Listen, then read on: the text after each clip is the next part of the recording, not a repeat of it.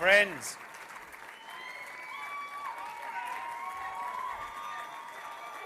no. Friends. Okay. I appreciate that, thank you. Friends.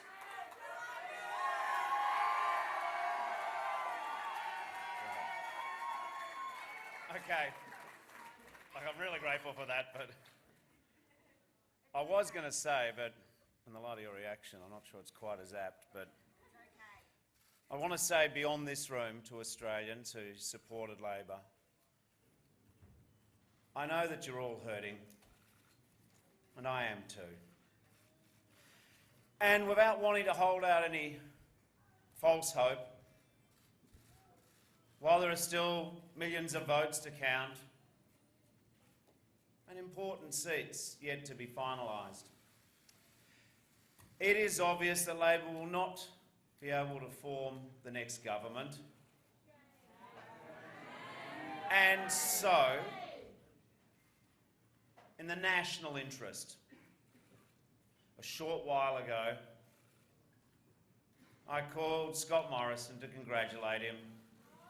And I wish Jenny and their daughters all the very best, and above all, I wish Scott Morrison good fortune and good courage in the service of our great nation. The national interest required no less. This has been a tough campaign, toxic at times. But now that the contest is over, all of us have a responsibility to respect the result, respect the wishes of the Australian people, and to bring our nation together.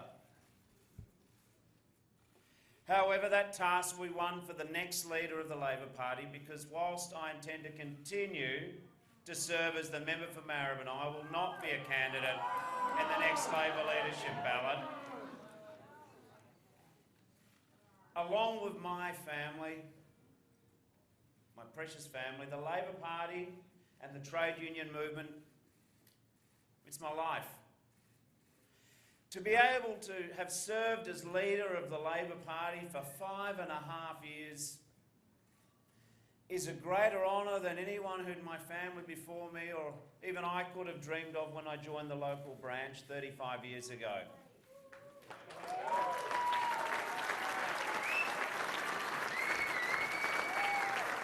What I have always loved about the Labor Party, and I still do, is the ideas that we champion. It's the people we empower, the people who count upon us, the people who need good, strong, reforming Labor governments. Gee, I wish we could have formed a government for these Australians on this evening. I wish we could have won for the true believers, for our brothers and sisters in the mighty trade union movement. I wish we could have done it for Bob.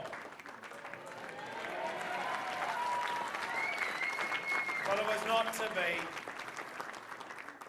Labor's next victory will belong to our next leader, and I'm confident that victory will come at the next election. Friends, the test even beyond victory, which I set myself in the lead up to this election, was that at 6 p.m. when the polls closed, when the final votes were cast, I wanted to be able to look at myself in the mirror and say there was nothing more that I could have done. No more ideas that we should have expressed. I want to say to our Labor movement and our Labor Party, all of you can say this. We worked incredibly hard. We advanced ideas. We campaigned on a positive vision. We were upfront and clear about the reforms that both sides of politics have ignored for decades. And we've said loud and clear that Australia needs and needed to take real action on climate change.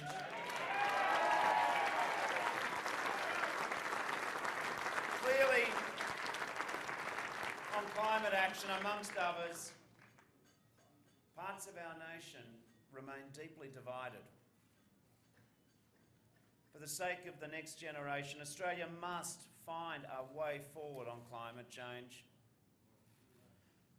And clearly, the Coalition's arrangements with One Nation and Clive Palmer have heard our vote in a lot of places where it mattered most, particularly in Queensland and New South Wales. Friends, I am disappointed by tonight's results. But I am not disappointed for me. I'll always be proud of the courage and the integrity and the vision that our team showed.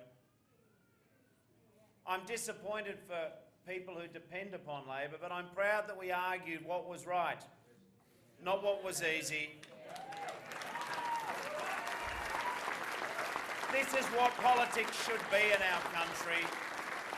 Politics should be the battle of ideas. And I say to all of you here, and all of those tens of thousands of people, the volunteers, the candidates, that you leave here tonight with your head held up. I say carry on the fight. Carry on the fight for a fair go at work, for the equal treatment of women in their march to a proper treatment in this country. Carry on the fight for our National Disability Insurance Scheme and getting it back on track. For a stronger Medicare and a better deal for pensioners.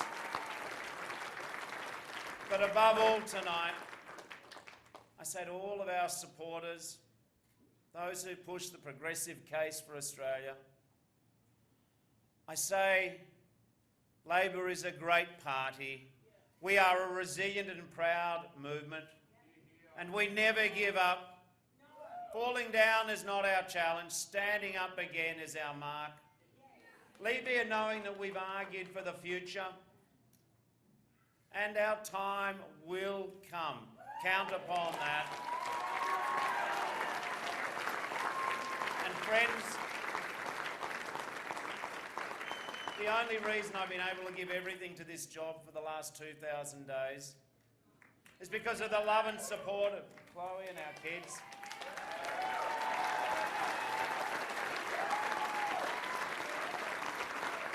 I'm not unique. Everyone in public life is only here because of the patience and love of our families. But to Chloe, Rupert, Gigi and Clementine, you've put up with so much. I love you so much. I also want to take the chance to thank all of my parliamentary colleagues for their unity, for their talent and support. In particular, I thank my outstanding Deputy Leader, Tanya Plibersek, Chris Bowen and Penny Wong. I offer my commiserations to all those good Labor candidates who fought well but fallen short, as well as friends who've lost their seats. There are too many people for me to thank individually tonight. They know who they are.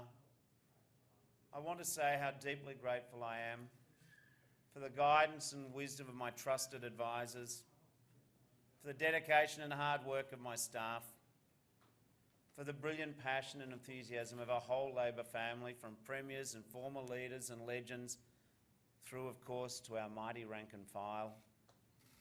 Friends, over the past few weeks, it's remarkable, millions of Australians have cast their vote and peacefully exercised their disagreements and their right to choose their representatives. People whose ancestors have called this continent home for 60,000 years, and 10,000 resettled refugees, many of whom voted in this election for the first time in their life.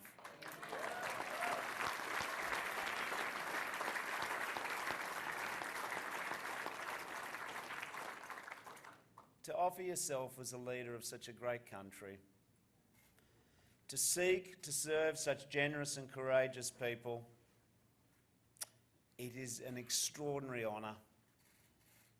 I leave the stage tonight, but I encourage all Australians, particularly young Australians, never lose faith in the power of individuals to make a difference.